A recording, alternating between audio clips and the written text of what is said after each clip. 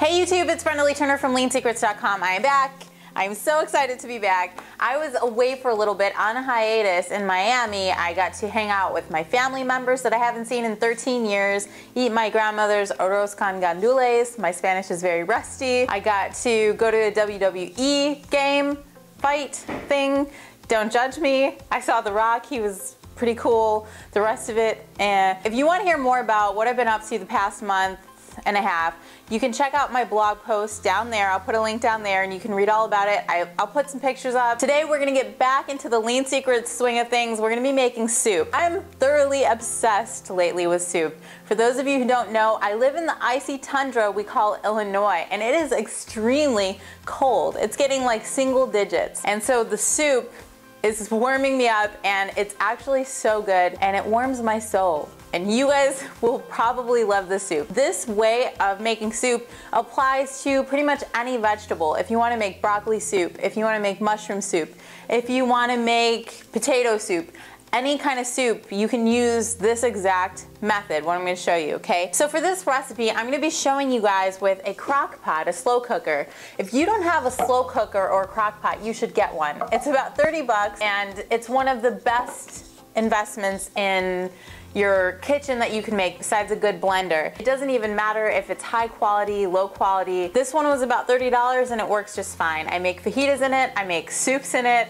stocks, anything in here. You set it and you forget it, as Ron Popeil would say. So today we're making carrot ginger soup, and this soup is so good. It's sweet, it's savory, it's the best of everything that a soup should have. Now, before we embark on our recipe, which I'm so excited about, I wanted to mention really quick, because I know this is going to come up, about raw fruits and vegetables and how cooking them kills the nutrition content. I want to actually debunk that myth. There is plenty of benefits to eating certain fruits and vegetables in a raw state. It can be highly, highly nutritional for your body and for getting lean. But there are certain vegetables that are better and more nutritious to the body when cooked. There's something called cellulose, and that's what gives certain vegetables their crunch and their stiff texture. Now that cellulose is kind of like a wall, and it holds nutritional content, and unless we break down that cellulose barrier with a little bit of gentle heat like a slow cooker, the vitamins aren't going to be absorbed in your body. They're just going to pass right through you. There's studies that show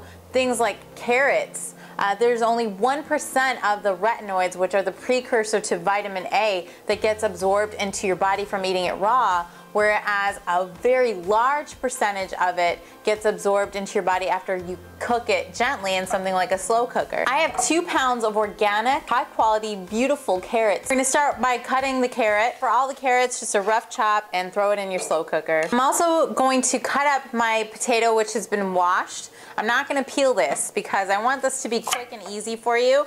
So I'm just gonna cut it into about 1/2 inch thick pieces, and then cut those pieces down the middle.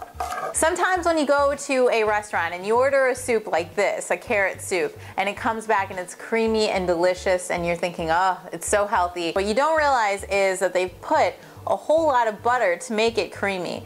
We're not doing that. We're using the sweet potato to make it a thick, creamy soup, and it's also going to make it taste amazing. I have 1/2 of a yellow onion chopped up, about an inch piece of ginger. I didn't even peel it, just chopped it really quick, and 1 shallot. So what we're gonna do, it's just about 5 minutes of actual cooking time. We're gonna get to the pan. We're gonna cook these 3 things up: the onion, the ginger, and the shallot. I've got my pan heated up, and I'm adding a tablespoon total of coconut oil. Now I'm gonna add my onions, and I'm gonna go ahead and add my shallot and my ginger. Now I'm just gonna cook this for a few minutes until the onions are a little bit wilted, a little bit browned, and then we put this whole thing into the crock pot. The onions are nice and soft.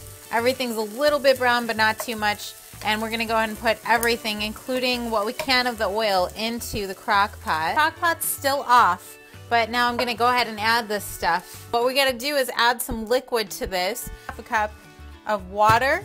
That's a little less than 1/2 cup of water. Free range, low sodium chicken broth. I like low sodium because I like to control how much salt I put into my soup. And what I'm going to do is put all this in until the vegetables are covered. I'm going to use a pretty healthy serving of garlic powder, a little tiny bit of cinnamon, 3 bay leaves in. Bay leaves just basically give it that special something that you can't quite put your finger on. 2 caps of extra virgin organic cold pressed olive oil. Set it on high, and we're going to leave it alone for about 4 hours, then come back and check on it. It's been 4 hours and our soup is ready to be blended, and the way that you know that it's ready is if you take a knife or a fork and you poke it into the carrot, it should just slide right in there and just come right back out. Take those bay leaves out. You don't want to blend those in. If you don't have a blender, you got to go and get one. It's like my third hand in the kitchen. I always have it out. I use this almost every day. But if you don't want one, if you really don't want one, or if you don't have the counter space for one, an immersion blender is just fine. Now we're going to blend our soup and make our soup. This is a final step. When you're working with a blender and hot liquids, you have to make sure that you keep it about halfway down. You have to work in small batches so that the heat doesn't cause pressure to explode the lid right off, and then you got soup everywhere, even on you. That could be dangerous. So about halfway up and work in small batches. It really is so easy. You get home from the gym, you get home from your errands, you get home from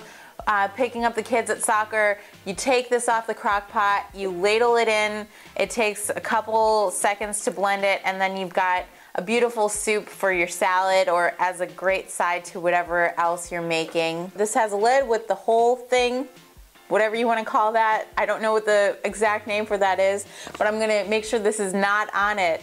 And that's because that's gonna allow some release of the heat so that there's not like a big explosion. Not a big explosion, I've got you guys scared. I don't want to scare you. There could be some pressure that builds up. If you take that off, there's not going to be any pressure that builds up. A towel on top.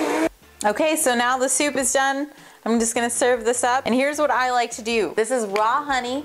I'm going to put just a little bit on top, just a tiny drizzle, a little bit of Celtic sea salt, and just a tiny bit on top. This soup is so good. Not only is it delicious though, it is super lean, coming in at about 300–400% of your vitamin A intake for the day, high in fiber, very low in calories, very nutrient dense, and very, very lean friendly. Guys, I had so much fun cooking soup with you today and talking about soup and being a total nerd. And if you need any more information about how to get and stay lean, firm, and toned, you can go to leansecrets.com. And I'll see you guys next time. Bye.